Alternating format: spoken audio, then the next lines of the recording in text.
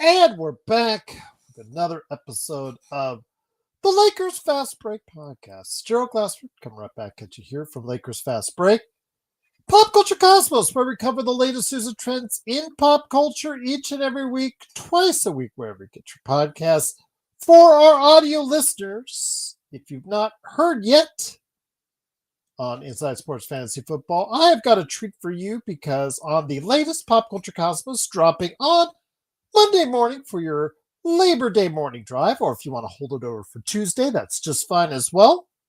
It's our fantasy football primer with me and Chris Ardieri going over the finer points of what you need to know before your fantasy football draft.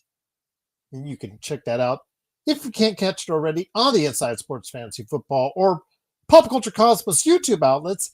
You will hear it on the Pop Culture Cosmos on Monday morning or Tuesday morning on your drive after the Labor Day weekend, right there for you on Spotify and Apple Podcasts. Also, as well, the Lakerholics group, give them a shout out. They came back on the air. I know that Jeremy said, yeah, I'd love Gerald to go ahead and mediate one of those Lakerholics shows. Well, don't tell anybody, Jeremy. But if you look in the archives, I have. On more than one occasion, when Jamie is out, I've had to step in, mediate Michael Heinrich, and of course, Laker Tom before. And I've also been a guest on a show that Jamie has moderated as far as the Lakerholics show. I believe on more than one occasion. So go ahead and check it out there for the Lakerholics crew. They had a lot to say. They spent actually an hour and a half, which is a long show for them. So go ahead and check out what they have to say on the latest Lakerholics show. Right there for you on Spotify, Apple Podcasts, and of course, after you watch this show on YouTube as well on the Lakers Fast Break.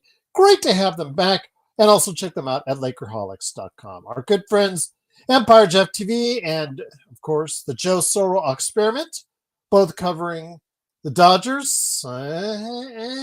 They won today, I think, yesterday, and that's so great. But back and forth they go. The Dodgers, as they gear up for a September run, we'll see what happens, but go ahead and check out what, of course, Empire Jeff has to say, and also as well, the Joe Soro Experiment as well. Big shout out to our Australians, first off, Vari, and then, of course, the man, the myth, the legend himself, near Surfer's Paradise, Mark, aka Xbox.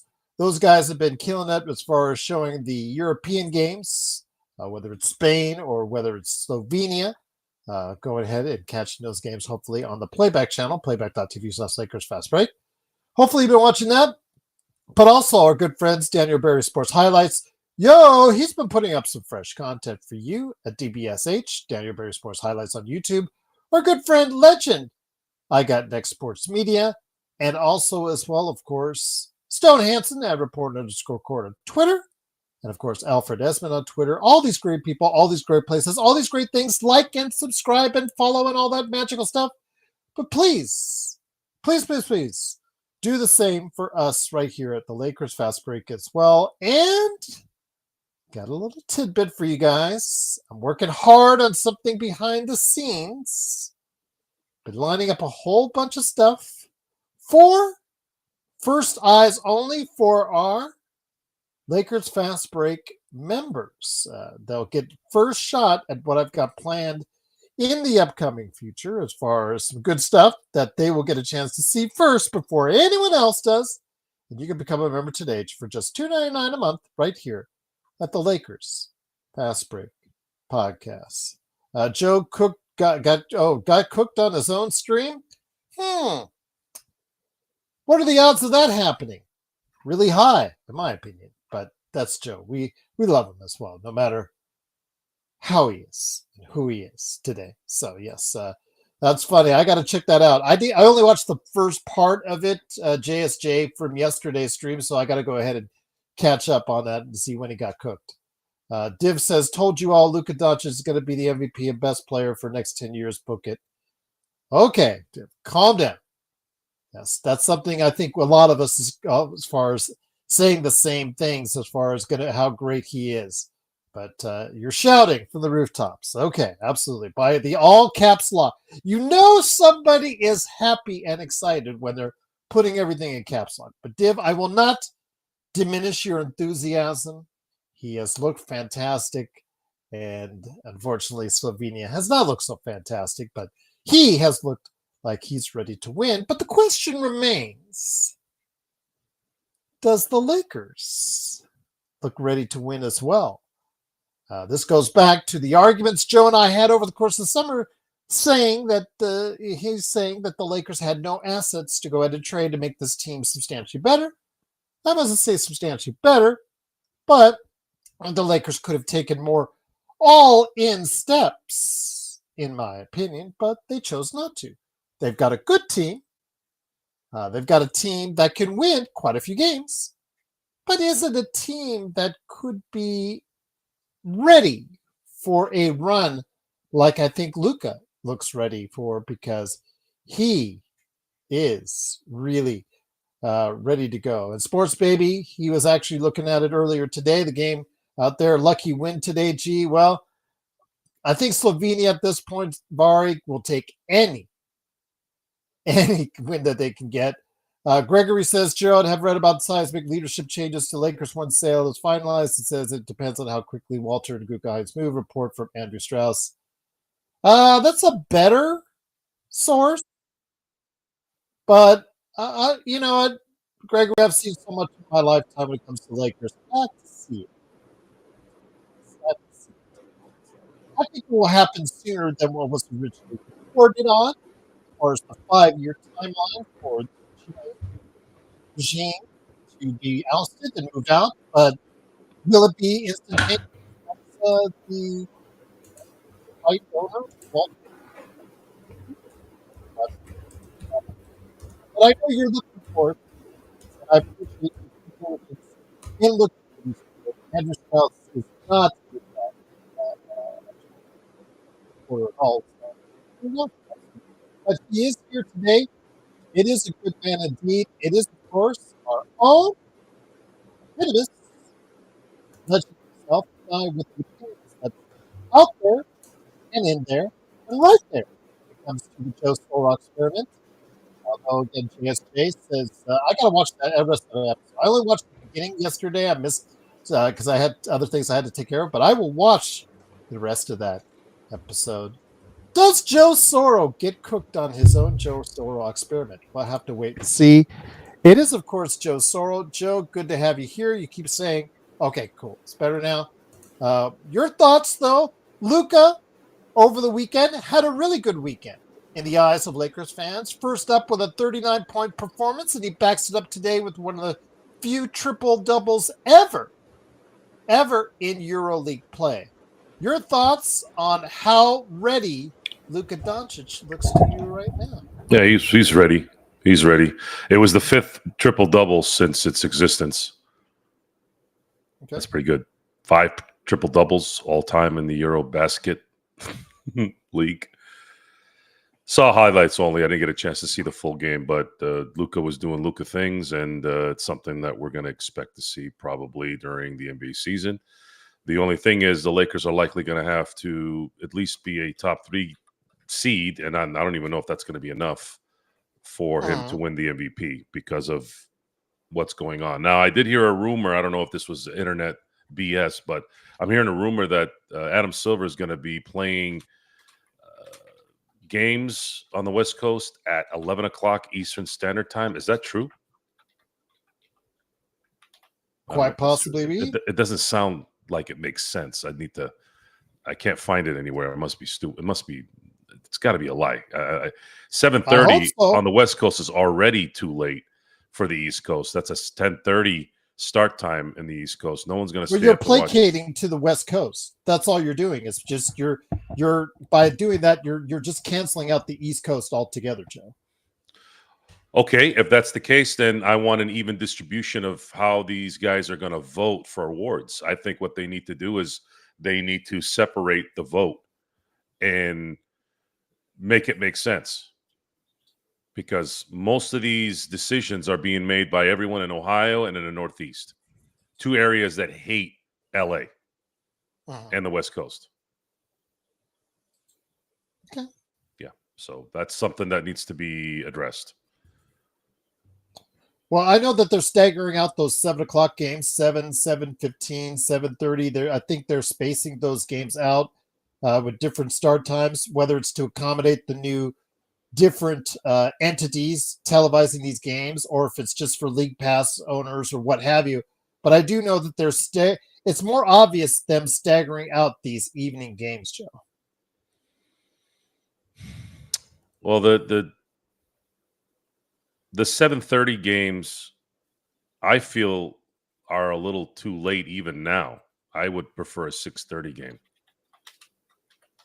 Then you'd have a better viewership on the East Coast at that point. You'll have a shot, especially if the game is only 2 hours and 20 minutes. You could justify staying up until 11:30 or so.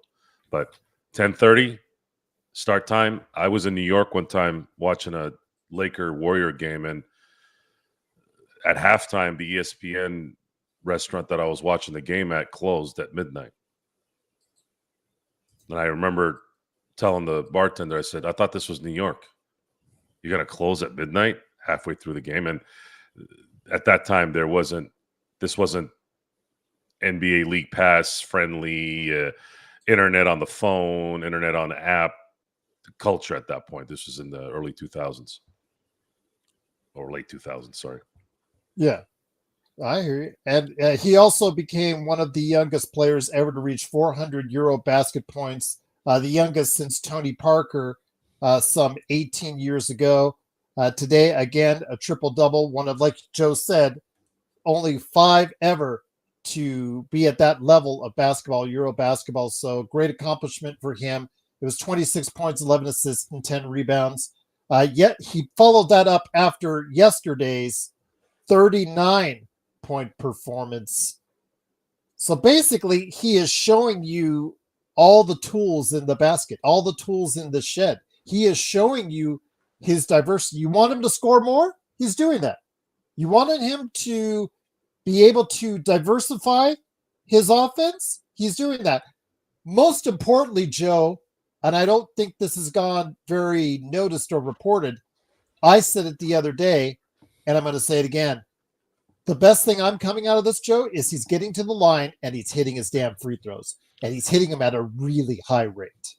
That's going to be very, very important because he can be more aggressive if there's an 80 to 85% free throw percentage in his game. No one with that kind of shooting ability and that amount of ball control in a game, you cannot afford to be under 80% from the free throw line because you put the opponent in a position where you're going to get cooked either way. Either going to foul him and he's going to make 2 shots regularly, or you're going to have to deal with the fact that he's going to make the shot on you anyways. And ones especially. And ones, there's nothing worse, in my view, than a ball controlling player who can't hit the and one. It's a wasted point because the momentum goes right back to the team that fouled you on the and one.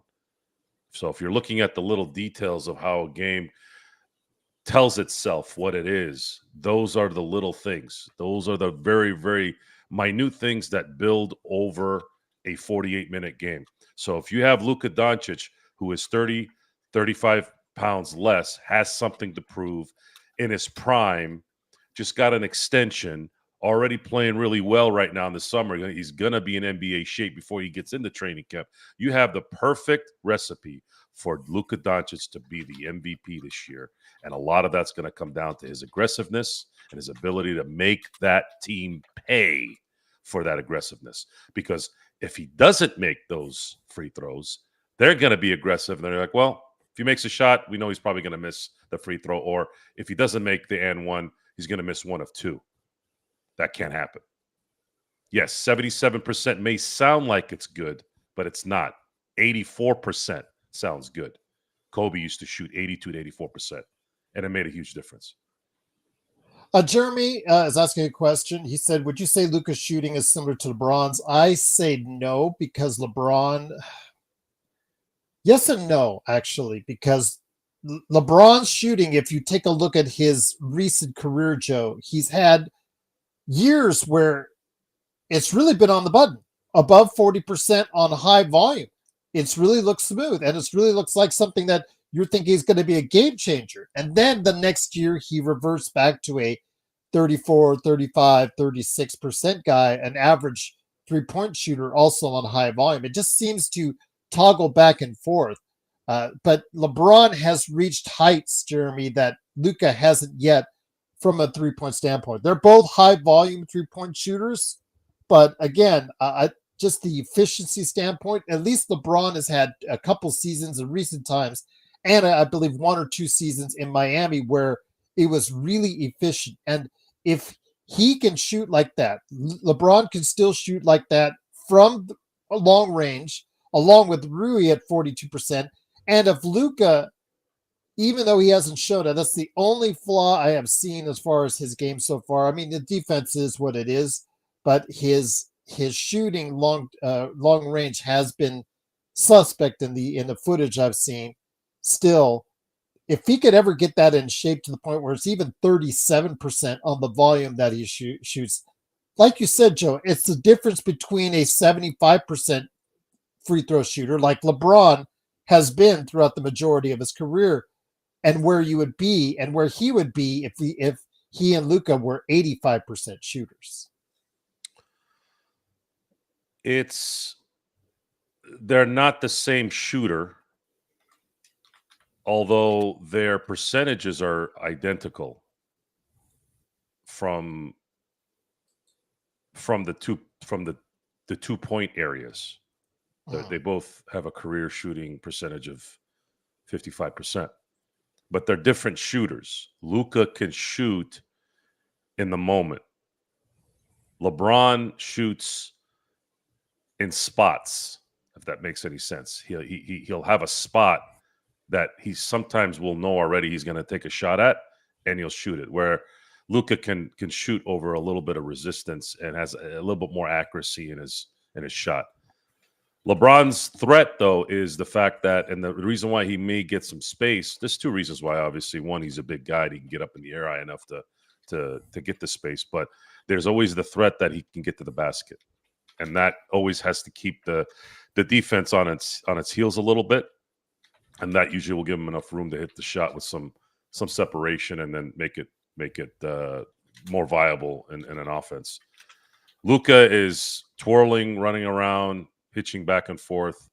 And then if things don't develop the way he wants, he can step back, do a little Dirk 1-foot jump from the 3-point line and swish it. That's his game. Luka, as far as the free throw line, if you look at his percentage, again, it's not good for a guy that shoots that well and has good shooting form. He's only shooting 75% for his career. LeBron is shooting a little under that, and LeBron has I guess, some room for that. He's kind of a big guy in the sense of wideness. His shot isn't as free flowing as let's say Luka's. Luka's around the same height, I think maybe an inch smaller, but he's a little more lankier and has his form is a little more smooth. Plus, he's a true point guard. Now, LeBron has played point guard, but he's more of a point forward. Point forwards, something that you could say Scottie Pippen sort of started in the 90s. They're not guards really, but they're just, I guess they're bigger guards. I don't know how else to put it. But Luka needs to drastically make a difference in that one area. And then as far as LeBron's concerned, LeBron can just keep doing what he's doing. I don't see him improving his free throw percentages this year. But if he gets back to 41%, Joe, like he did 2 seasons ago, that would be really, really. But he did. But again, to LeBron's credit, he had his best free throw percentage last year. That was his best of his career, 78.2. I think the highest. But he went down from 41% to 38% on threes, which was substantially better than the previous year. As far as 3 seasons ago, which was only 32%. And that was on a higher volume than the past 2 seasons. Higher volume and went down 3%, 4%, almost 4 percentage points.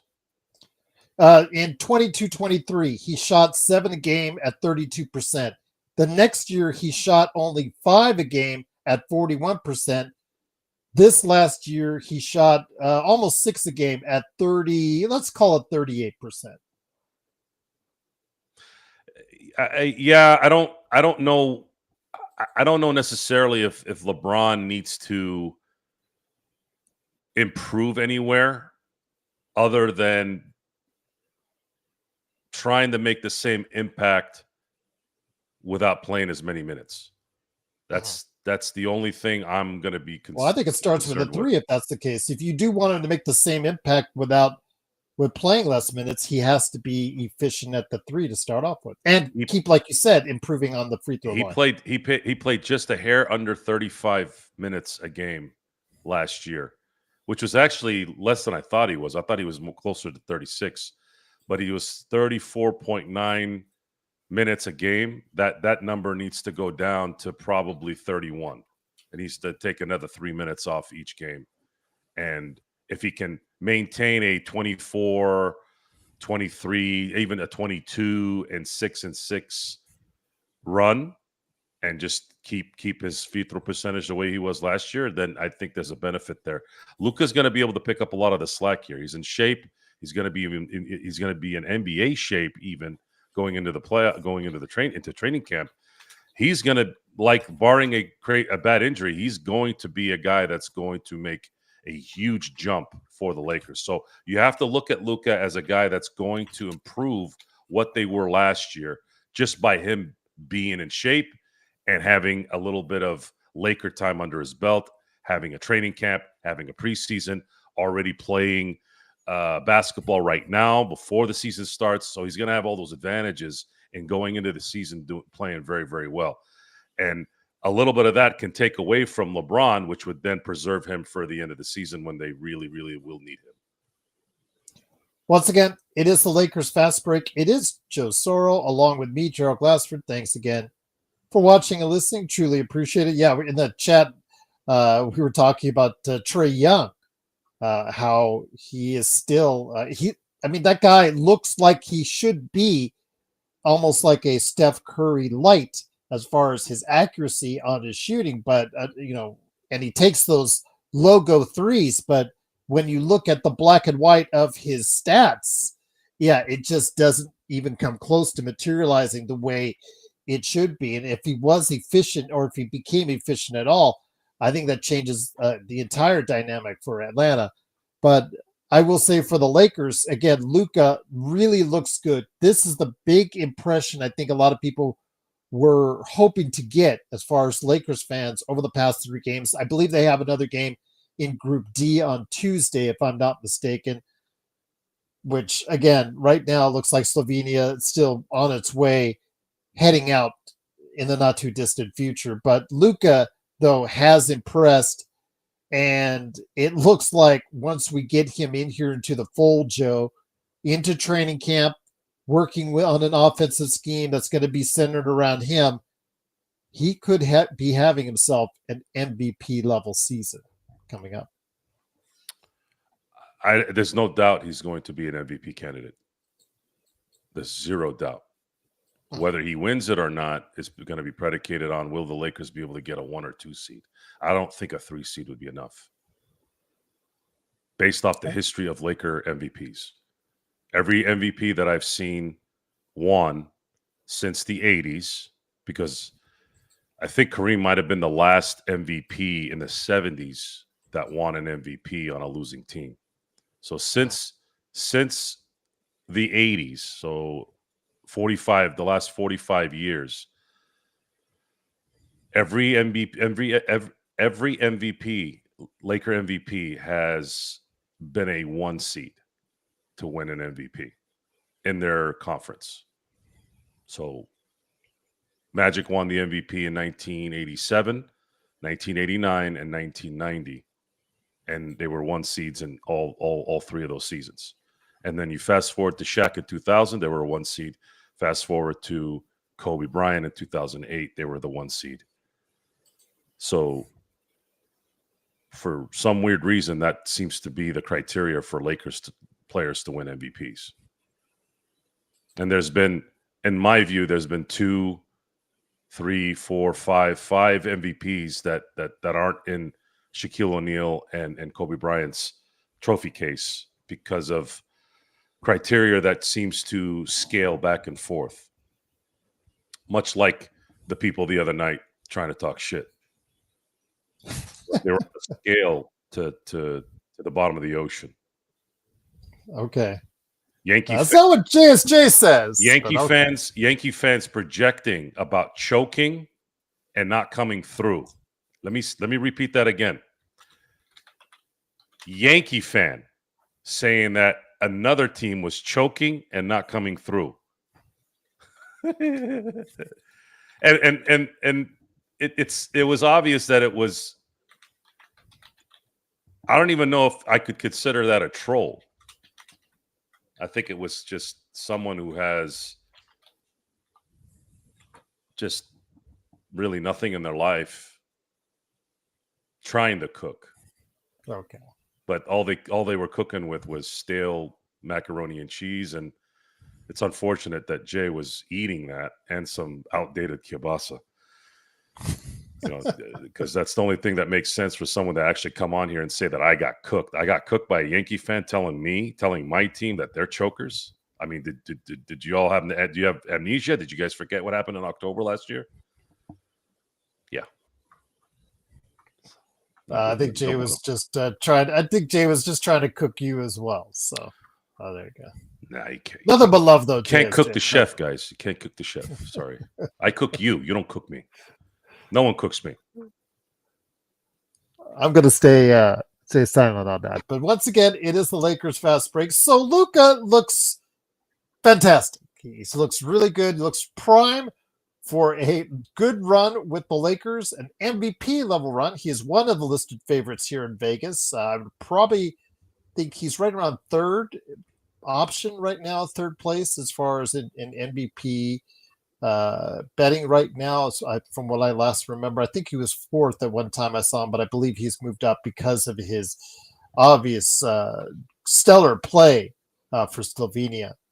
So with that, Joe, my question and for the show is, okay, Luka looks ready to win.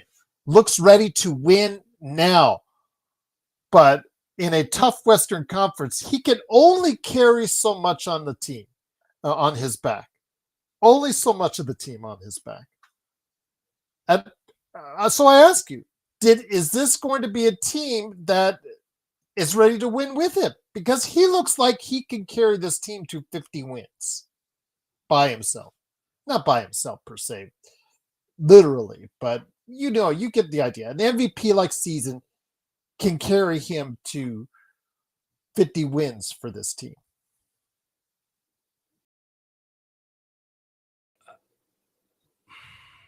It really will depend on how this offense presents itself. If it's going to go by the history of what LeBron and Luka's best assets are, that is, draw the defense in, find the open man, make the team pay. The problem with that is you only have one basketball, so you can't have LeBron and Luka do the same thing. And the other thing is, who's going to be your shooters? There's really no shooters. We were hoping that Dalton Connect could be one of those guys. You're still not sold on Rui? Rui is not a sniper. Rui is a timely three-point shooter. He only shoots 3 a game. Not even, I think it's 2.9. Well, he's not a shooter. And for today's NBA, you have to make the offense pay. I'm sorry, the defense pay for collapsing.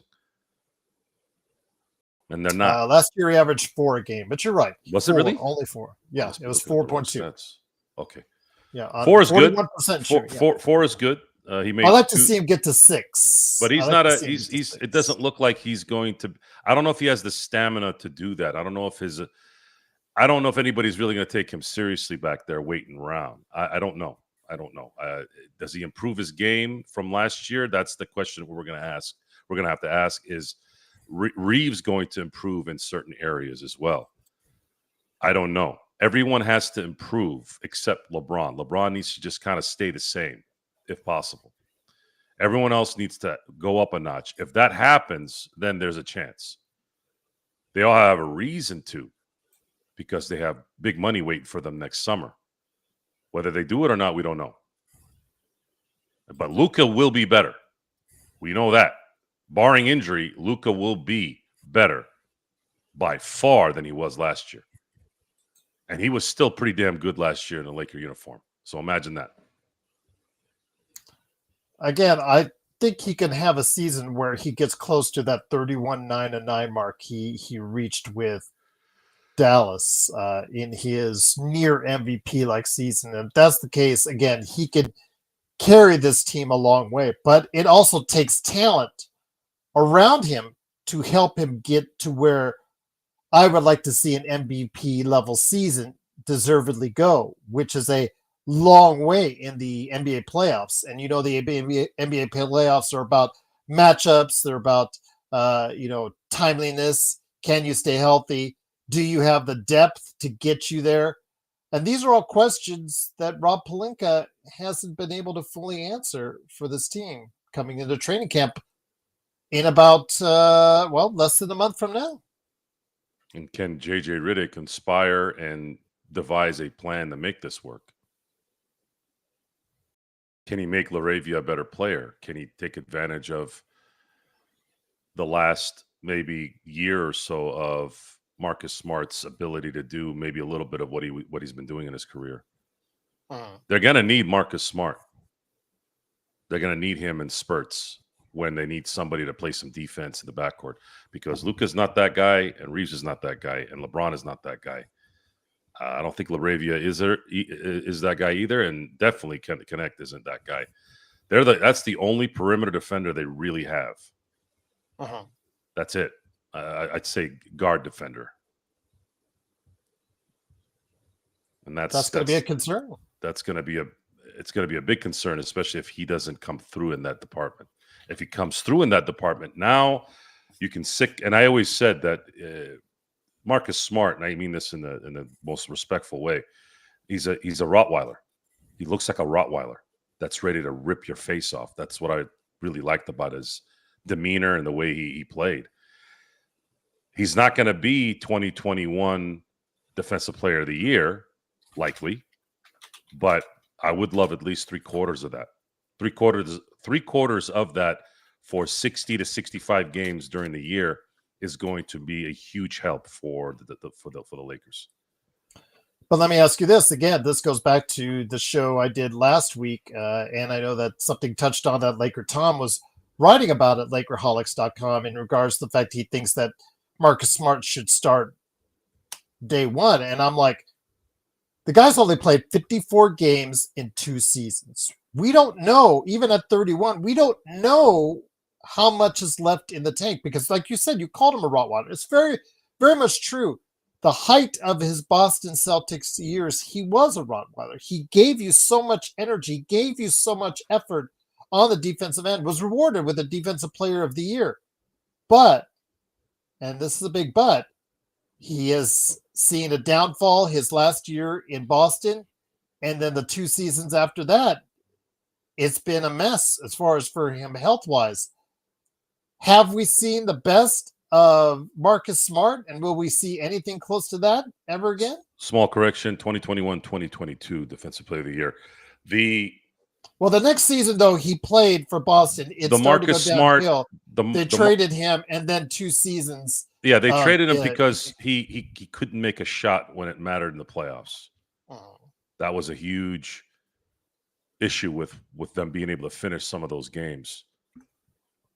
What's good about this team is they probably wouldn't need him to be that guy either. They just need enough during the regular season and spots in the playoffs for him to do that. They don't need him to be the sniper or the shooter from the 3-point line, although it would be nice if he could make those shots. But even as a defender, we don't even know what level he can still defend. Yeah, we're going on hopes right now because we haven't seen him really play a lot the last couple seasons. And as far as him starting, ideally, if he's effective, that's the best lineup. Putting Luka and Smart in the backcourt because now you have somebody that can play defense against the best two guards in the league. Two guards are abundant in the NBA. Even the ones that are not all-stars, they're everywhere. So that would be ideal. But this is I wouldn't start the season with that because you got to see him healthy, and you well, that's also what I'm have saying. to That's go what ahead and training camp is for. That's what preseason's for. So my thing is, if you're starting him at the beginning of the year, that means he did something in training camp and he did something in preseason to say we have to put this guy in there because your starters are going to play starters, and we need this guy to play the way he just played against starters. Are you going to use Marcus Smart on the second and third teams for teams? Is that really going to benefit you in the long run? That's why we've been preaching about Austin coming off the bench, because Austin's going to be able to take advantage of the guys that are coming off the bench as well. He'll be more effective that way. And maybe he'll have a little bit more juice towards the end of the year because of it. We don't know because he starts. And I don't know how you have three guys that are ball handling types in the same starting lineup. This is why I've been a little bit more aggressive. It's not all of it. A lot of it is for the obvious reason. But a lot of this is an issue for me looking at an NBA coach and having him tell everyone, oh, we think our best lineup is a lineup with LeBron, Luka, and Austin Reeves in the starting lineup. You tell me, does that sound right? Does that sound like you're using? I cannot trust Marcus Smart to be healthy. I'm not saying you have to trust him, but I mean, we can revisit this conversation 20-25 games in if he's still out there on the floor 20-25 minutes. But I have got to see it first, and not just in training camp and exhibition games. I got to see him out there healthy, Joe. Yeah, that's fine. But we're talking about we're talking about ifs right now. If he's capable, is JJ Redick got enough balls to do that, make that move, or is he worried about messing up the apple cart? And the reason why I'm being aggressive on this is because I am anticipating what I think is going to happen. And I'm telling you right now, if what happens, this team is going to be in trouble. It's not going to, it can't last that long because the lineup will get destroyed. But the fact that it's even being tried, I think or even being discussed is a travesty. If I start seeing LeBron Jr. in the backcourt with Luka Doncic, this team is going to go down, and I mean down hard. And it's just going to be a matter of when they're going to stop that stupid experiment. Oh, I've got a question for you. My worry. That's where when you hear a coach who didn't have a really good end of the year talk about a player that doesn't even belong in the league being a part of a rotation that's already hurting, that is a bad sign right there. And that's the only part. That's really the only thing I'm really worried about with this season. So let me ask you this, Joe. The Lakers had one of the worst benches in the league last year, and it got to the point, like you said, JJ couldn't even trust his bench. He had to play his starting unit for an entire second half, as we noted during the course of the playoffs. Rob, he made a couple of moves that helped a little bit, but why didn't he help out the bench more? Why didn't he craft a new bench? Why didn't he go further into making this team deeper, as we've seen with OKC, Houston, and other teams that kind of thrived in the Western Conference last year?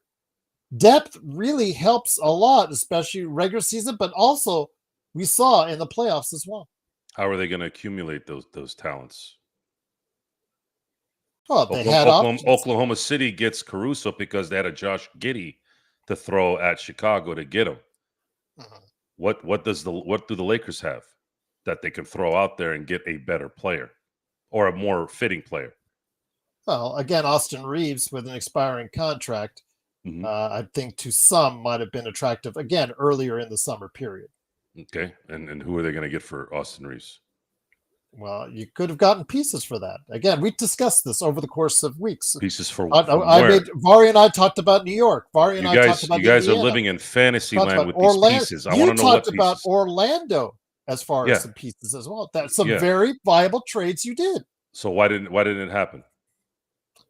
Because you and I both know why. Because Rob is very secure in his job as he sees it, and sees a timeline in 2026 and 27 to make sure there's plenty of cap space available for those, at least one, if not both, those summers. Mm-hmm. That's why we have six or seven expiring contracts right now on this roster. Mm-hmm. And that's plays a lot of it's a lot of the reasons why they're not going to make a trade that is going to relinquish draft capital. This next year is finally going to kind of get rid of this. We don't have a draft pick when it matters scenario. This next year, they're finally going to be there, and they're going to be in a good position to determine and decide what they want this summer without having to worry about signing guys so that they don't lose that money. This is not. They're going to compete this year, but they're not going to cry if they don't win a championship this year, because there's just too much money allocated to players that are taking up too much room for them to really improve and get beyond the LeBron era of basketball in LA. Well, it just seems like not you, but it seems like that would be in essence throwing in the towel. And to many Lakers fans, like for instance, Div X-Ray, who was shouting from the rooftops earlier this show about the Lakers winning a title this year, that comes with some pretty harsh news for those that are already relegating that this year is going to be a great year for Luka, but not such a great year for the Lakers. Well, the NBA has changed. The Indiana Pacers, with no superstar, were probably one Halliburton injury away from winning a championship. And Oklahoma City is a champion, even though they played 2 Game 7s in that path.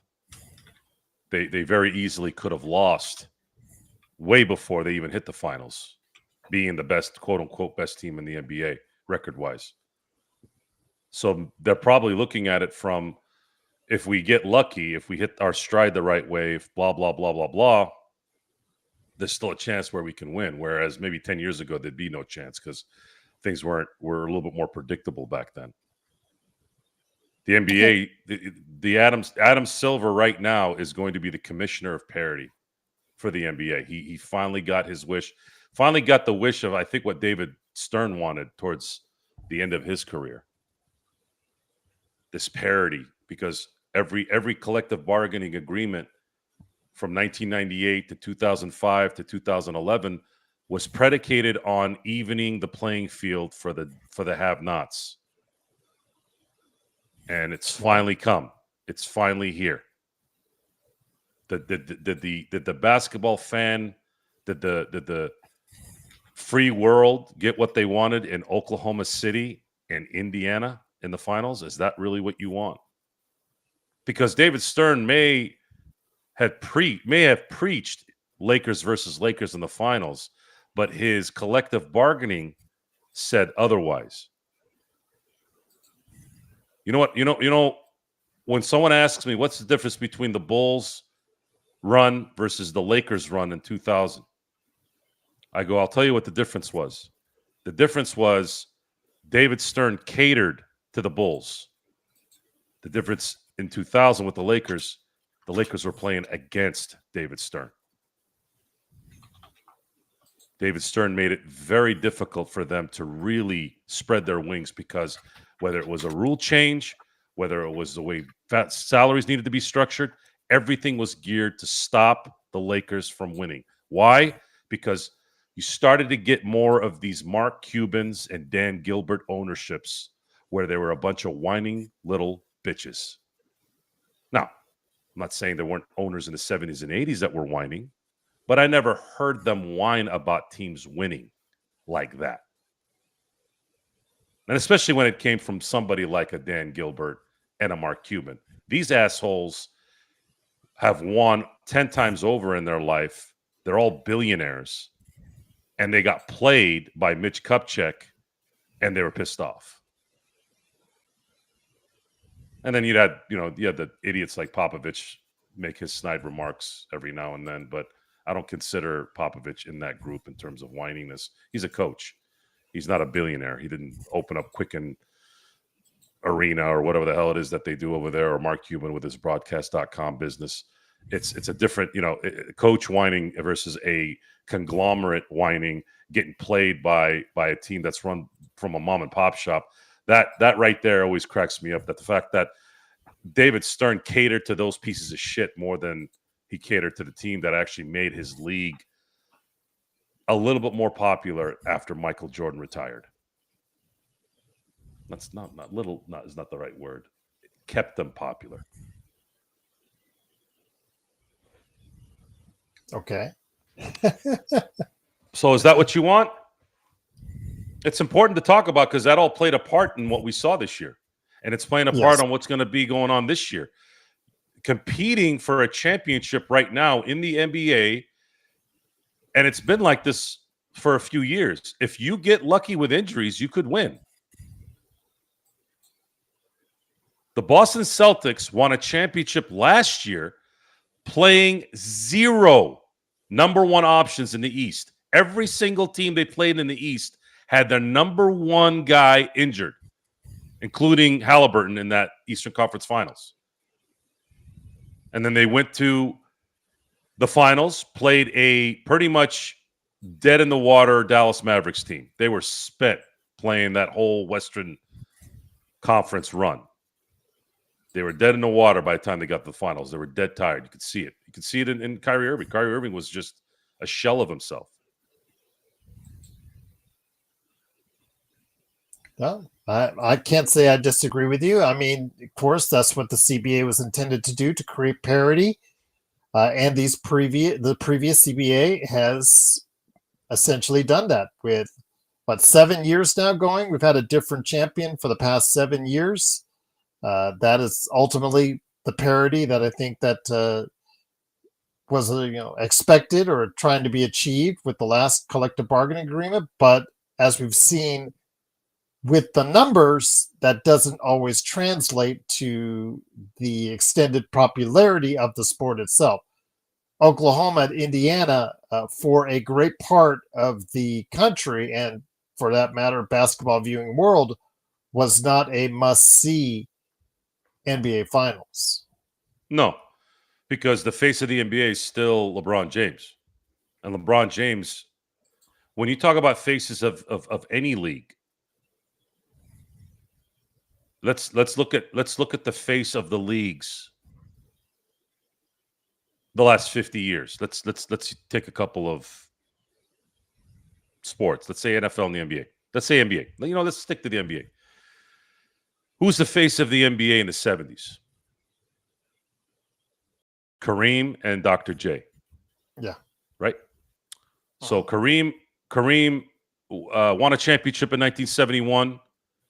Was winning MVPs all through the 70s pretty much. Took the Lakers to the Western Conference Finals in 1977. Dr. J went to the finals in 1977. 70s are a little bit muddled because of the fact that you had the ABA merged and Dr. J was there, and then Kareem traded from Milwaukee to LA, and then the way TV was set up in the 70s, it was kind of all just not good, right? But I'll start there just so you kind of know the difference between what was going on then and what eventually happened later. Then you fast forward to the 80s, and what do you have? You have Magic, Bird, Jordan. Well, Magic, Bird, and Jordan pretty much spent the entire 80s, one or the other, in the finals. Faces of the NBA were always on prime time. Then you go to the 90s. Michael Jordan, he was in the finals practically every year. You go to the 2000s. Who was in the finals practically every year? The Duncans, the Kobes, and the Shaqs. And then LeBron in the 10s, Durant, Steph. What you have now is you have Jason Tatum. You have Shai Gilgeous-Alexander. You have Jokic. All amazing players, Hall of Fame players. Again, MVPs.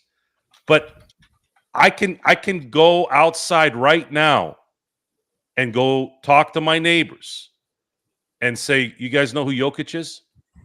Do you know who SGA is? I'm not even going to say Shai Gilgeous. Do you know who SGA is? I don't know what the hell you're talking about. Do you know who Jason Tatum is? I don't know what you're talking about. I guarantee you 90% of my neighbors won't know who the hell those guys are. If I say Kobe, they know. If I say Shaq, they know. If I say Tim Duncan, they know. Jordan. So who's the face of the NBA? That's the one problem with this parity thing in the NBA is it going to matter, though? Is the TV contracts already signed, sealed, and delivered? Or is it enough to just bring Michael Jordan to NBC and have him promote the game? Is that finally what they had to go to get this thing going? Certainly makes sense, doesn't it? And the fact that you're going to have – there's discussion that there's going to be 2 more expansion teams, which is going to water down the league even more, especially with this horrible CBA. I don't know. I guess only us purists, because we're doing a podcast, are going to be watching this thing. And maybe that's enough for them. What, is it so horrible, though? I think see it from the Lakers' perspective. Absolutely. It's not beneficial because it's not the way it once was, where the Lakers were and the Celtics and few teams thrived. But for other fans around the league, they may be seeing it a different way as far as the CBA is concerned. If it has created, at least the previous one has created, so many different opportunities for teams in other markets to make it to the finals. The NBA was built on star power. And this was not just Kareem. This was not just Dr. J, Magic, Bird. That it became more TV friendly in the 80s when they were doing tape delays before that. This started way before. The first superstar of the NBA was George Mikan. And then as soon as George Mikan retired, you had Elgin Baylor, you had Jerry West, Bob Pettit, and then, of course, here comes Bill Russell and Wilt Chamberlain. It's always been stars. It's what built this thing. And now this is probably the first time in maybe, in terms of parity, it's the first time since the 70s where there isn't really any strong dynasty riding type team. But on top of that, they don't have a face that I see taking the mantle from LeBron James and a little bit of Steph Curry. It's really LeBron and then it's Steph Curry, the faces of the NBA. Victor is not there yet. He might be. I don't know.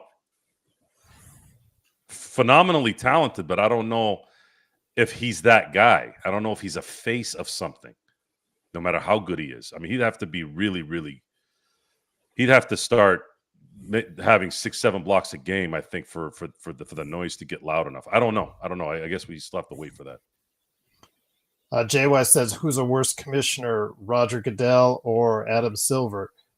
It depends how you look at it. From a fan's perspective, both in recent years have not endeared, at least us Lakers fans and NFL fans, as far as it's concerned. Both those guys aren't really high on the popularity list. But if you're looking at it from an NBA owner sense, how much money has been generated by those two individuals, by deals or by agreements that have been made under their tenures. So it depends how you look at it. From a fan's perspective, I'd probably say Roger Goodell of the two, JY. But again, he's made new streams of revenue, or he's helped facilitate new streams of revenue for his league, and same as Adam. With the advent of streaming and other revenue sources, also trying to expand the games more around the world on a global basis. So I don't know. Their success may also, while you have to tie it in as far as from a fan's perspective and a fan's viewpoint, you also have to put it as far as what they've achieved financially for the leagues as well. I mean, with the Lakers being sold for between $10 to $12 billion, is just a representative of just how valuable that league, the NBA, and how the NFL could be similarly as valuable as well. The money doesn't match the mouth. I didn't think you would like that. Okay.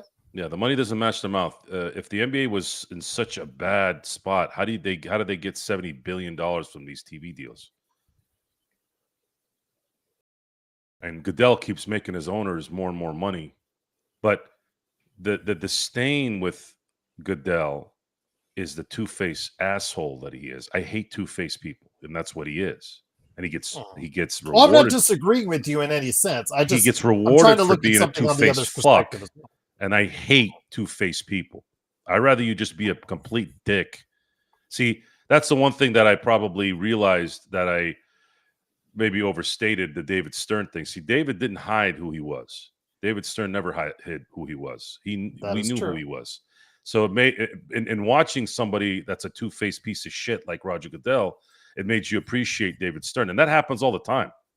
That happens all the time in so many other things. Governor Jerry Brown was the worst governor when he was governor of California the second time.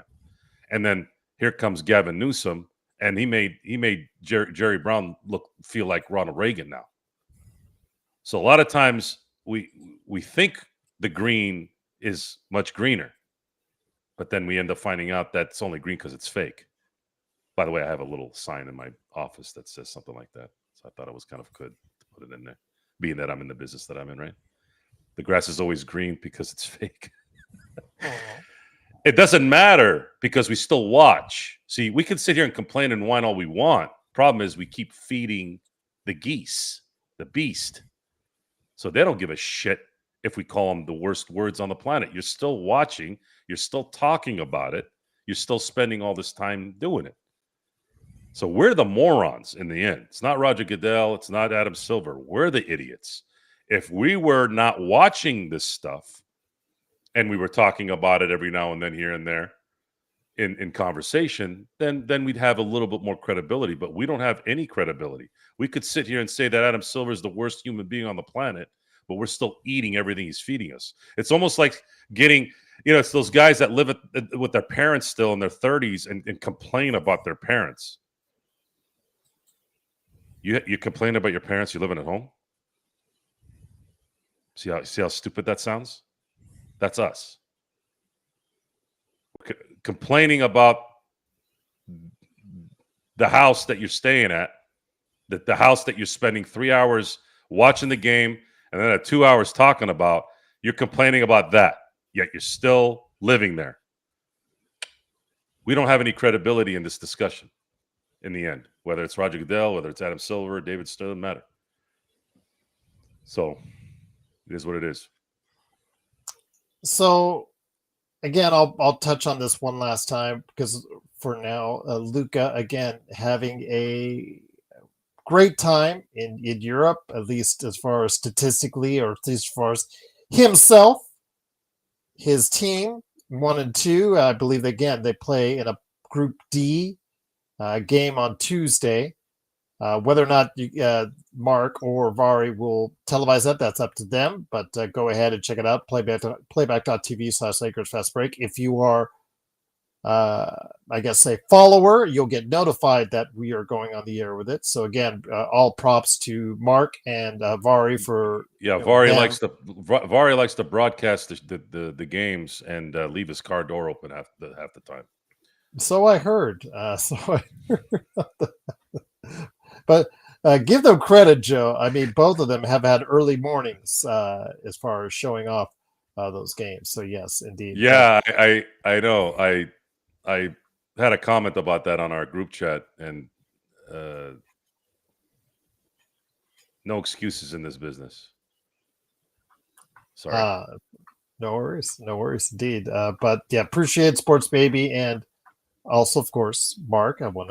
He's been the one that's doing much of that as of late, so he gets a ton of credit because Sports Baby's been focusing on Joe's channel, the Joe Sorrell Experiment, going ahead and taking care of that as far as showing the Dodgers games there. But My friend, I will ask this one last time. This team, it would hurt me to see him play at an MVP level, play 70 to 75 games per se, to play at a level where he should be considered for the MVP, but the team, because it doesn't have enough to support him. Let's say the Lakers get 47 wins, 48 wins.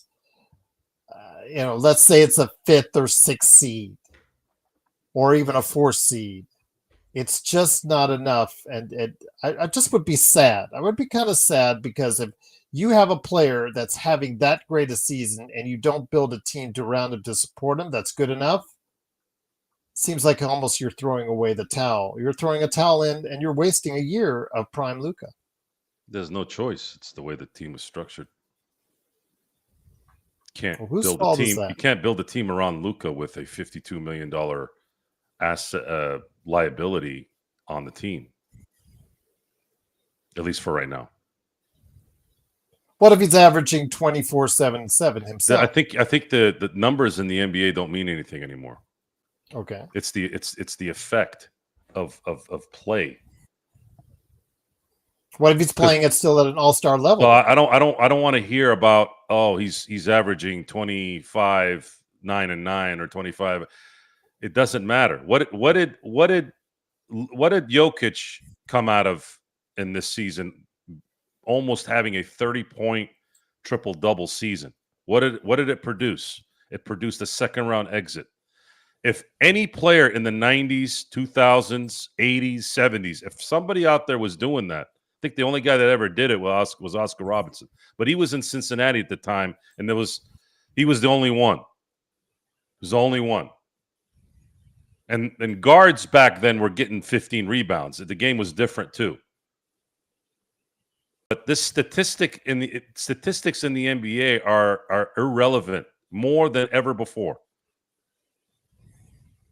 And it's something we keep hearing about with LeBron James. Okay, that's nice that he's gotten X amount of points in his 55th season. Okay, that's nice. Yeah, but what's that going to do for the Lakers? While you guys are nutting and jizzing over LeBron's 44th game of the regular season, 25, 19, and 11 game, I'm sitting back going, okay, cool. What is that going to mean when it matters? Number game is over in the NBA. When anyone can get a triple double, it's not special anymore. When anyone can get 30 points a game, it's not special anymore. And it's interesting that I watched James Harden in his prime play exactly the same way that Luka Doncic plays in terms of all offense, no defense. Yet I never really heard a lot of, well, you can't be MVP because he doesn't play defense, but Luka has to hear it. It's interesting. It's just selective hearing and selective criticizing is an interesting thing in the world. I always chuckle at it. This is about winning, and that's all I give a damn about. And you also have to be realistic in analyzing what's going on. You're asking a team that has two players on it that's likely going to play a lot of minutes that were discarded. Even if they have the talent, even if they have maybe one something in them. I'm not saying that that's not possible. Ayton could flourish. Marcus Smart might be healthy and can play again, but in a limited amount of really, really good, great NBA players, when guys that young are being let go, it's usually not a good sign. And it's also not a good sign when you're spending 1/3 of your salary cap on a player as great as he's been in his career, as serviceable as he's been the last few years. How is that going to translate to winning a championship, especially when that player has been known, again, as great as he's been, has been known to screw up more than he's been successful? There's a difference. And the explanation in that player and why certain things are not good and why there can't be a comparison to something else comes down to that. What is your thoughts of LeBron James? The first thing people think about with LeBron James is his failures. They don't do that with Kobe. They don't do that with MJ. They don't do that with those guys. And a lot of it has to do with the fact that players used to play peak basketball. Obviously, at the beginning, they come up, but then once they hit their peak, once they see that hill's starting to go down, they retire. And the Lakers haven't had the chance to, because of financial things or whatever, or hopes, they haven't really had a chance to say, you know what, we may need to go another direction, because they could have done that last year. They didn't have to sign LeBron to a 1+1. They could have just said, hey, LeBron, play out 2025, and then let's see what we can do after that. No, they gave him a 1+1. You're asking about what are the chances of them winning this year? Well, they could have done themselves a favor and just signed a 1-year contract with him last year. And then this summer, they could have decided, hey, we got Luka Doncic now. Maybe we might want to entertain something where we can go get somebody else. You don't think that Giannis at that point might have been looking in LA if he knew there was a slot ready for him? So in criticizing Rob Pelinka, there's some merit there, obviously. That would have worked. But would Jeannie have let Rob do that, even if Rob thought about it? Probably not. Which then also makes me realize, well, if I'm the general manager, if you hired me to run your operation, and yet you're telling me I can't do something that may improve the team, then I'm not going to work there, because now it's my reputation. But Pelinka has shown, sorry, Empire Jeff, sorry, anybody who likes Rob Pelinka, has shown that he's an accommodator. He's an agent. Agents are supposed to cater to the talent. Real player personnel people cater to the operation. So that says a lot about the personalities of the two jobs. But because Jeannie's so obsessed with closeness, hiring cousins and hiring second cousins and hiring the cousins' wives so that she can feel comfortable, to me, this is where a lot of the nonsense comes from. And they've won. They've won a little bit. Not really, but they've won at least. You know, they've sprained their ankle and still won a championship in this little run that they had.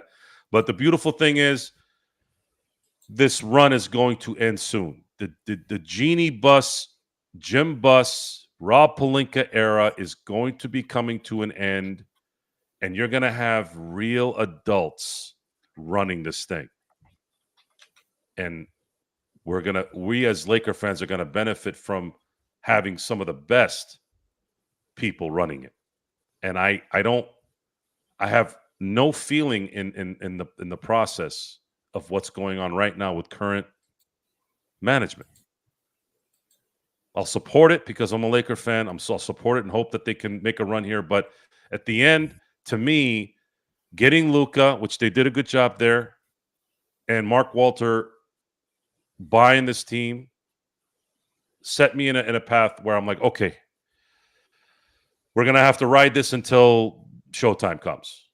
Pardon the pun. Once again, it is the Lakers Fast Break. It is Joe Soro. Go ahead and check him out today at the Joe Soro Experiment on playback and on YouTube. Also, as well, don't forget he has a game that you go ahead, as far as down below in the description, you can go ahead and give it a try as far as out there on Steam. And then also as well, don't forget Cinblades with the Y.com. Before we head on out, put it up, G, and see who's willing to watch. Again, you guys run the channel in my absence. If you guys want to go ahead at 1 a.m. in the morning for the next game for Luka and show that off, that's entirely up to you guys. I'm not going to be there at 1 a.m. to watch it. I will catch the whole game highlights, or I will catch the full game by other means, if that's the case. But yeah, I can't. 1 a.m. If you're going to do it, if you guys are in the chat that want to go ahead and see it, please let Vari know, and or Mark know. One of the guys that's out there, Vari, looks like he's willing to do it, but you guys got to give him, ahead of time. Let him know that it's worth his time to go ahead and stay up. I don't think Vari thinks that way. He just does it. He just said he didn't want to go ahead and just show it, and then two people show up. He's not. He's just acting tough. That's not true. Okay. All right. Well, you heard it, Vari. He's going to start it anyways, one way or the other. Well, it's 1 a.m. Australian time. I don't know what that equates to yet for the U.S. Mark will confirm what I just said, by the way. Yes, I'm sure he will. That he will. Australia to there you go. Let's go ahead and time convert. Let's just say Australia to let's call it Florida. Let's call it Florida right there. See what that Eastern time, convert time. 13 and a half hours difference. So if it's 1 a.m. there, it's going to be sometime in the afternoon. So it's almost it's a 3:45 right now in Australia.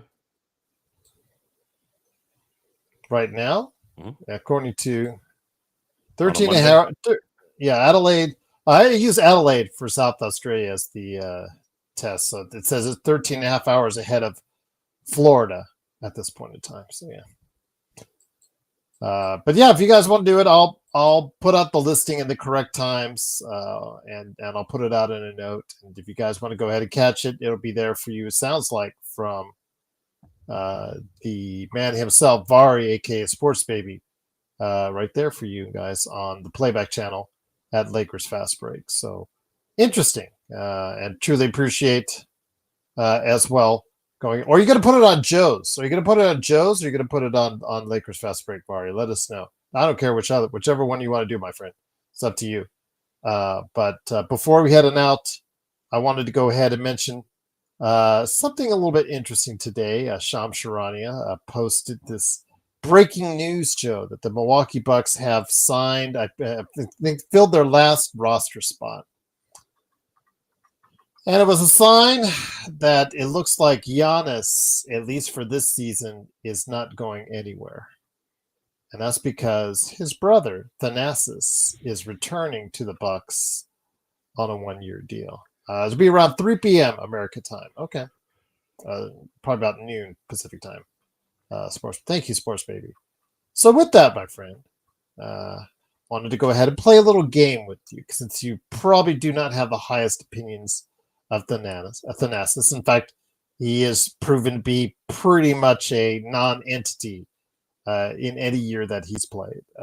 But Milwaukee signed him anyways, again, to another contract. Your thoughts? The Lakers also have a nepotism issue, or nepo baby, in Bronny James, who you mentioned earlier, who you said if he plays a regular basis for the Lakers, that's trouble for the team.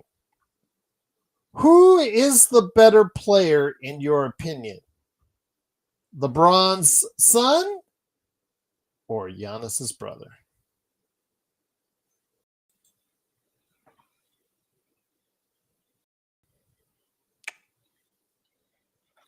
Doesn't Thanasis play like 7 minutes a game? He has. Same with Bronny. They're just there just to.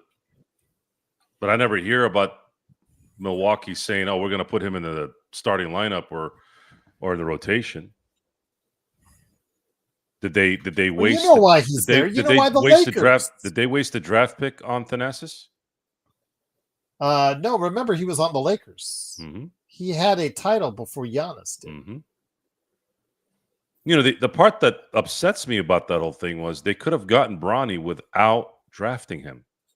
That is correct. Why did they do that?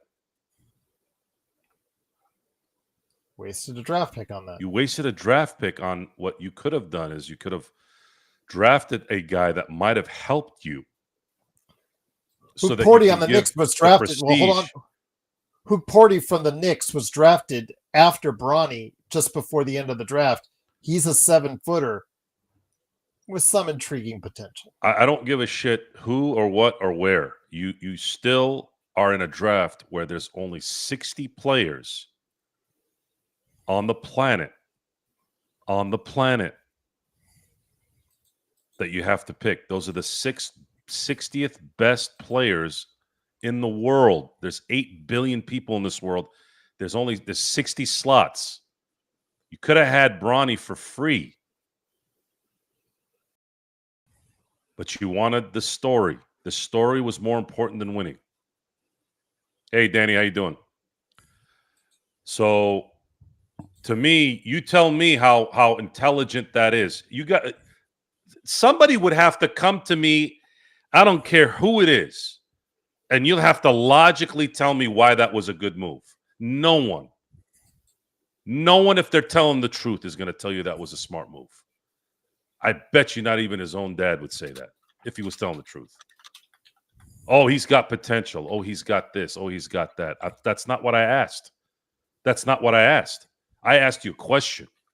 I said, why would you draft a player when you could have drafted someone else that may have helped you and added depth, when you could have had that player anyways without drafting him? I don't want to hear about, oh, he's going to improve and blah, blah, blah, blah, blah. Fuck all that. I don't want to hear it. You could have had Bronny James without drafting him. That's where the rub is. As far as Thanasis is concerned, isn't Thanasis 6'7"? He is 6'7", yes. Okay. His career average in 6 seasons, because I don't think he played with the Lakers, with New York and Milwaukee, is a sparkling 2.4 points a game. So it's obvious that he's there to help his brother, right? In maybe verbal or okay. If you had said, Joe, the Lakers are going to pick up Bronny James and have him be the 15th guy. Okay. Because he wants to play with his pops. All right. All right. Minimum. Fine. Do you see the difference? Thanasis doesn't play. Thanasis wasn't drafted by the Milwaukee Bucks. The rub on the Bronny thing is the fact that they wasted draft capital on a player they could have gotten for free. But they wanted the story. And they wanted that guaranteed slot money in the second round versus a free agent, right? Isn't that what it is? Money's different as a free agent versus getting picked in the first, getting picked in the second. You handicapped your own team for a fucking story. It doesn't matter if Bronny becomes a star at this moment. You made a stupid move that didn't make any sense. You could have gotten him for free. Instead, you cared about the story more. That's not smart decision making. I'm sorry, it's not. And I hope you all understand where I'm coming with this. So, who is better, in your opinion? I don't know. Both don't belong in the NBA. That's for sure. Oh, that's funny. I knew I was going to get you with that question. You talking about guys that are playing 7 minutes? Let's look at Thanasis's career totals. It's not pleasant when you do, Joe. He averages, what is it, 1 point a game? 2.4 game over 7 minutes. Okay, 2.4 for his career. And then Bronny averages 2.3. Now, I said something before where I would have probably been able to get 5 points at USC. I'm pretty confident that if I trained and really focused on basketball, that I think I could score 5 points in college. But I don't have Bronny James's athleticism. Maybe it's not. Maybe I'm talking out of my ass. But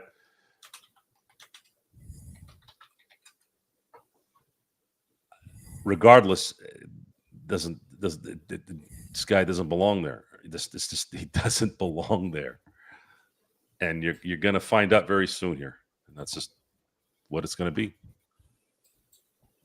The funny part is, I don't know if it's based on seasons or number of games for tenure as an NBA player, but Thanasis might be a guy that earns tenure and all the privileges that a tenured player in the NBA get based off it. I think it's games, but I'm not 100% sure.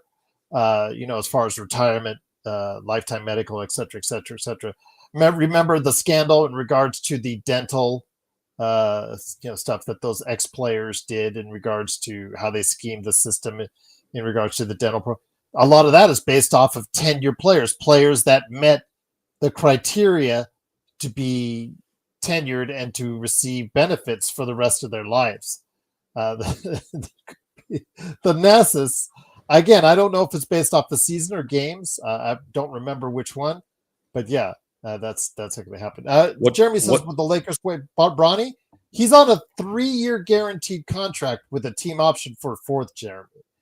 Again, I said there's the slightest possibility if, that Dalton, who hasn't had his next year's contract guaranteed, he could play less seasons than Bronny. There's technically a way that Bronny has. Well, right now Bronny has more guaranteed seasons than Dalton, which again is very crazy to see.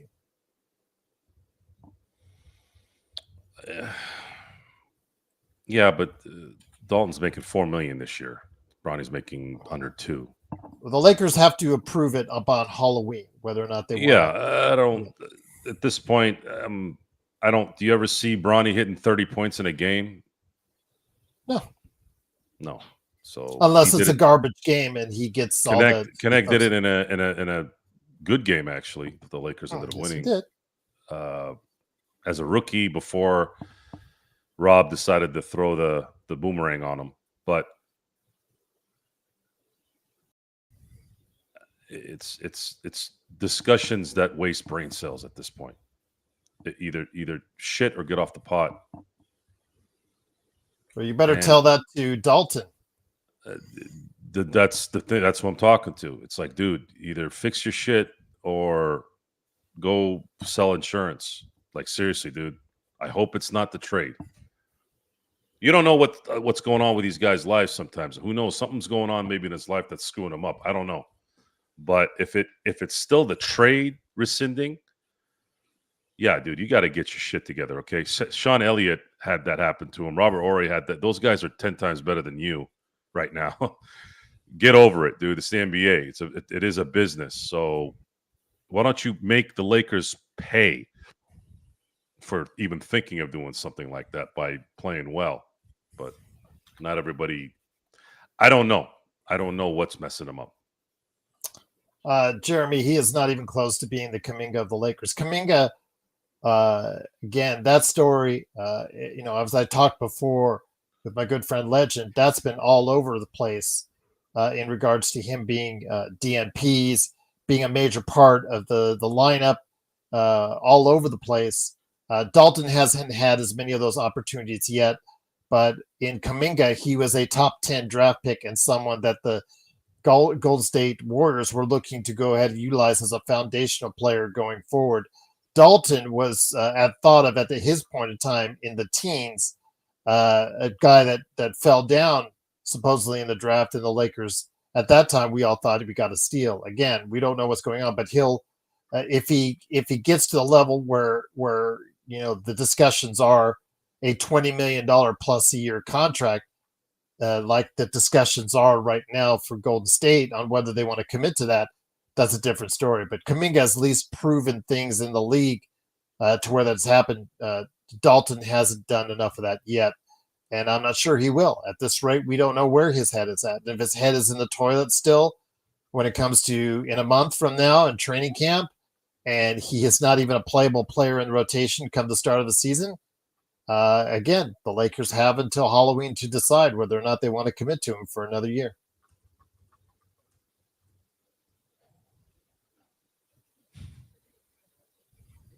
Kuminga wants top dollar money for a game that's not top dollar.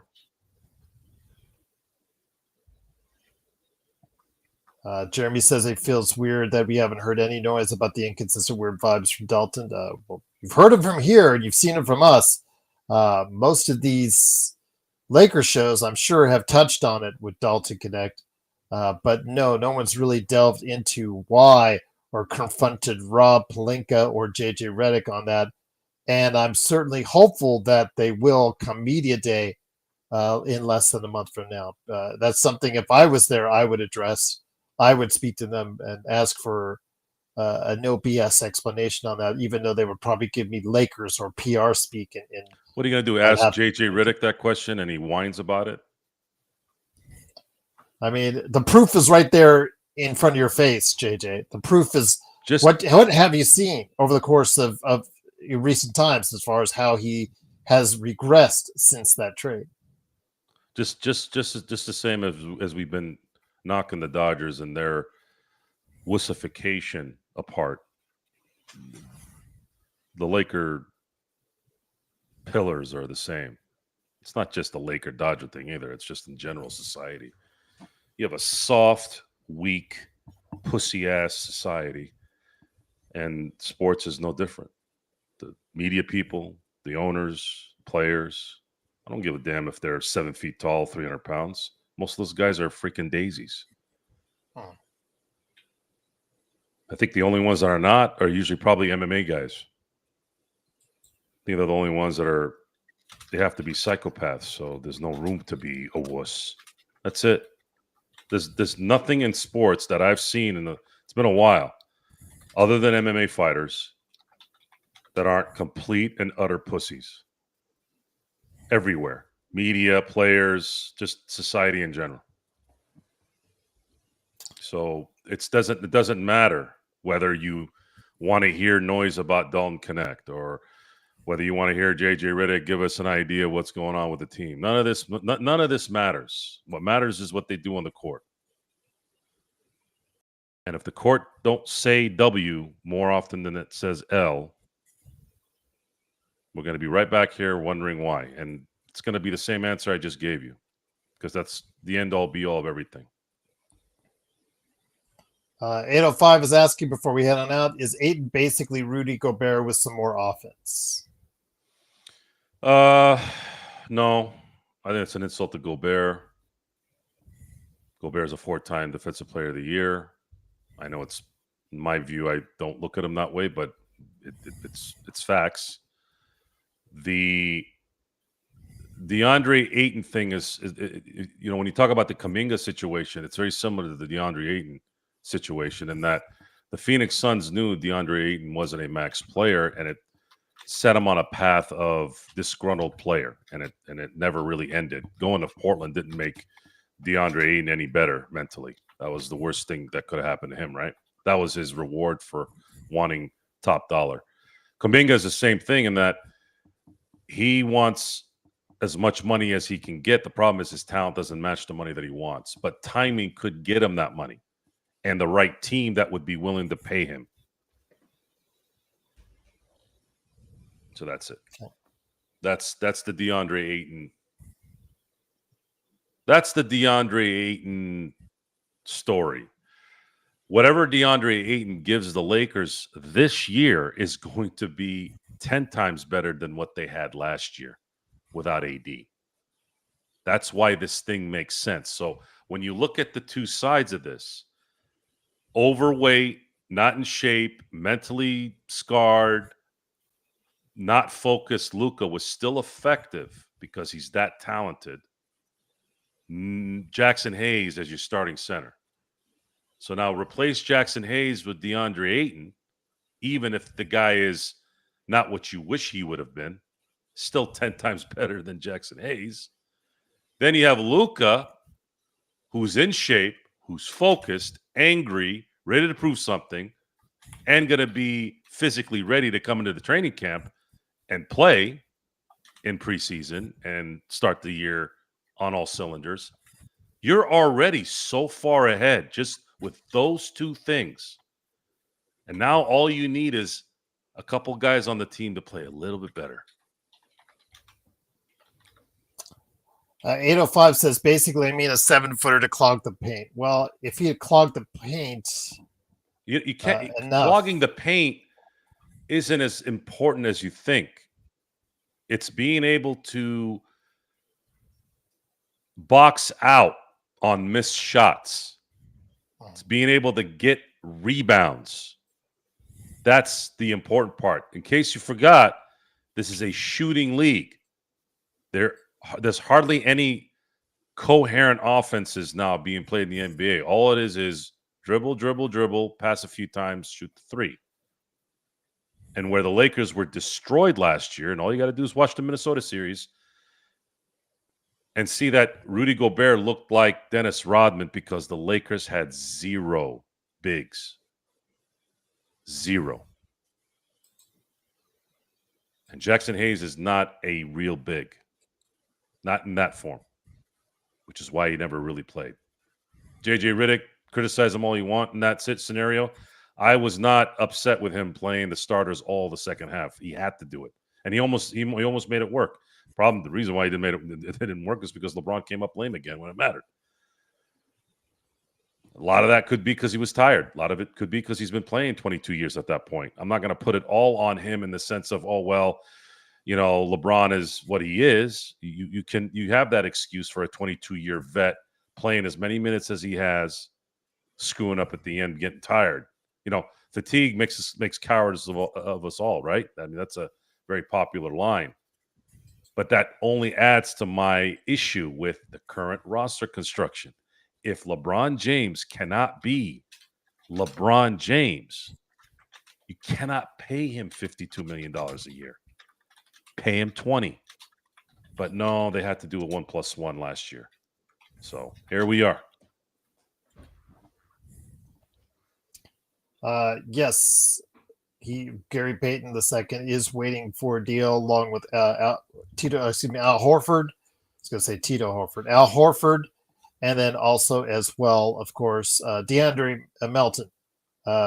Those guys, De'Anthony Melton, Gary Payton II, and also as well Al Horford. They're all waiting on signing with the Golden State Warriors pending the Kuminga drama when it finally plays itself out. So we'll see what happens there. But it is, of course, the Lakers Fast Break. Truly great to have everyone here watching. Of course, we'll be back coming up later this week. I do have planned some stuff behind the scenes that I'm going to be dropping first in hopefully next couple of weeks. I'll start dropping it hopefully for our members first before they go out to the entire world after that. But Tuesday, I believe I have an interview coming up. Looking forward to that with someone who writes on the Lakers. And hopefully we'll get him on the show. Antoine Willis, he is going to be on the show here on Tuesday talking about the Lakers. He is an NBA staff writer with Fansided who writes about the Lakers and also the Atlanta Hawks. So he'll be talking NBA basketball on Tuesday at 6 p.m. Pacific time, I believe is what we have it scheduled for. So looking forward to that. But Joe, I know you've got some good stuff, including your last episode of the Joe Soro experiment, which JSJ, I guess, was kidding you and saying you were owned. But what can they look out for the Joe Soro experiment? Well, it's going to coincide with the ability to broadcast from a area where that's the production value is going to be backed up.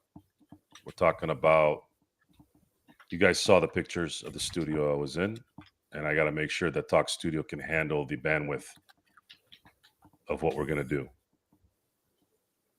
And if it does work, or when we figure out a way to make it work, which it will, you'll start seeing more broadcasting from this studio, because we're going to make this thing. And there's a big chance that because of certain copyright issues, there's some discussion in the background, making sure that we don't get screwed later, is because there's a lot of experiment shows. We don't know if this thing gets big enough to where some asshole who took the experiment first might complain about, hey, you're copying me. There's going to be a lot of stuff like that that I'm going to have to go look into. So the rebranding of the experiment may happen to where there'll be a show that will be for sure copyright proof because it'll be only us. So just little things like that we're building off right now with the future of our shows. I've been talking about the production value of the show going up. This is now starting the beginning of that. And then we're going to be able to do some things on LFB that work with it as well. Well, let's hope for that, and we'll see what happens there. And looking forward to when that day happens. But once again, you keep in touch with us right here at the Lakers Fast Break, and then of course also as well the Joe Soro Experiment as well. Now, Quentin Grimes also is a restricted free agent with Philadelphia 805. All these players that you're talking about are either waiting on a restricted free agent or are a restricted free agent. Like Josh Giddey is trying to figure out what to do with Chicago. Chicago is trying to figure out how much it wants to pay him.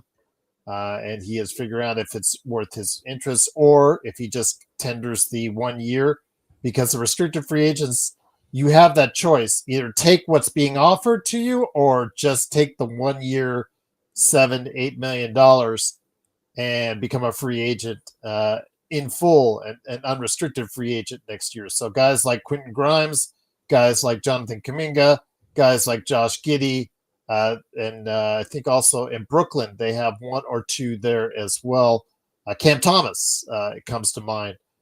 Those guys are restricted free agents, and the organizations there don't seem all that inspired to go ahead and give them a deal that they like. So, yeah, there you go. That's why they're at where they're at right now. So they're not free agents. They're kind of restricted free agents. And right now, virtually all the teams outside of Golden State have their almost entire rosters filled. The Lakers have 14 players signed. Most of them already have 13, 14 players signed. So they can't offer or swoop in and offer for a Josh Giddey or a Jonathan Kuminga any sizable contract. So they're pretty much stuck between a rock and a hard place, Joe. So interesting how these things are going to play itself out, especially in Golden State. I think it's a little bit detrimental to how they want to start the season when you have this Jonathan Kuminga drama hanging over their head. Golden State has a worse process right now because Steph Curry's long in the tooth. Draymond Green is probably a year away from not being a Warrior anymore. Could get traded during the year. I'd look out for that, by the way, especially if they don't play well. The Kumingas aren't going to make a difference on this team, even if they signed him.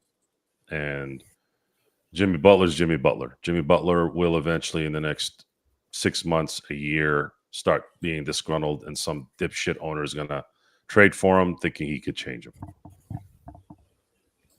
Golden State are in a much worse position than the Lakers right now.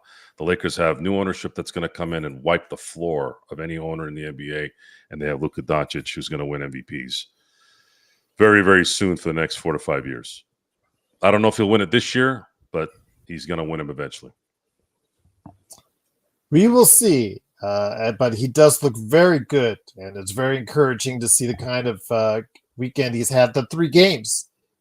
He is shot very well from the free throw line. I'm very encouraged about that. Getting to the line seemingly when he wants to. Again, people were talking about maybe distributing wise. Is there still an issue there? So he gets a triple-double. He is doing what he needs to do to keep Slovenia as best as possible. But like the Lakers, there are questions surrounding the talent around him. And I think that the Lakers are a little bit more qualified or a little bit more talented than what the Slovenia team is, mind you. But yeah, I still wish I would like to see more depth on the Lakers roster heading into training camp, but that's not going to happen. So it is what it is. Again, we'll see how that plays itself out. The Lakers, as long as he's playing at an MVP level, still has a chance to do a lot of damage in the Western Conference. So what are your thoughts on the Lakers? Please let us know in the comments below if you're watching after the fact. But great to have everyone here stopping by. Xbox doing the walking. Sports Baby doing the talking. JSJ, Tufso, Jeremy, always great to have you here. JY, Always great to have you here. Drip, always great to have you here as well. Everybody that's been a part of it. Danny, welcome back. Funny, I see Cool Bro come back on a Cosmos and Danny come back to the LFP all in one day. Interesting how that works itself out. But Joe, any last thoughts before we head on out? No. Okay. And on that note, it is the Lakers Fast Break. We've got more good stuff on the way for you.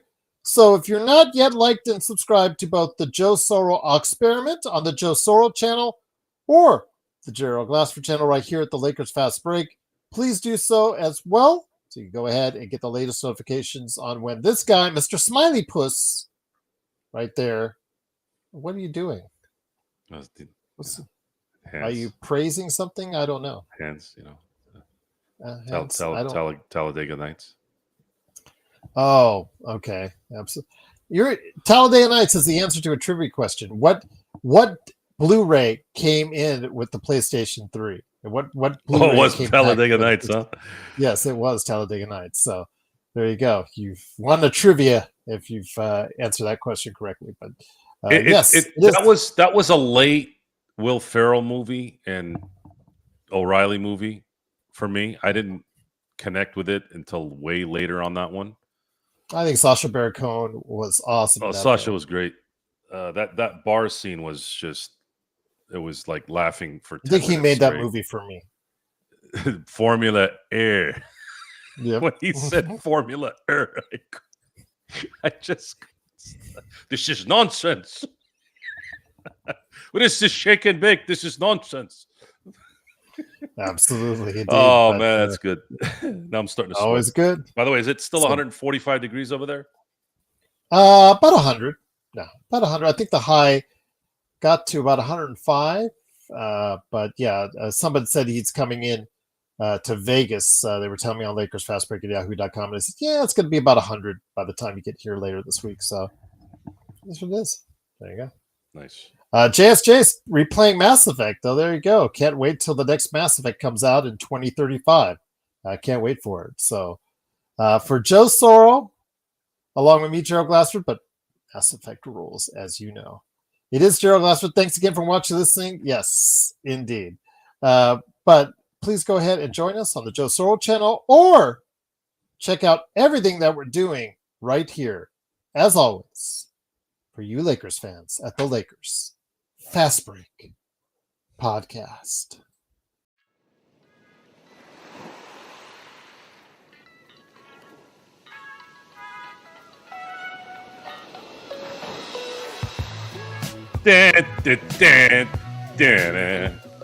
Xbox sucks balls.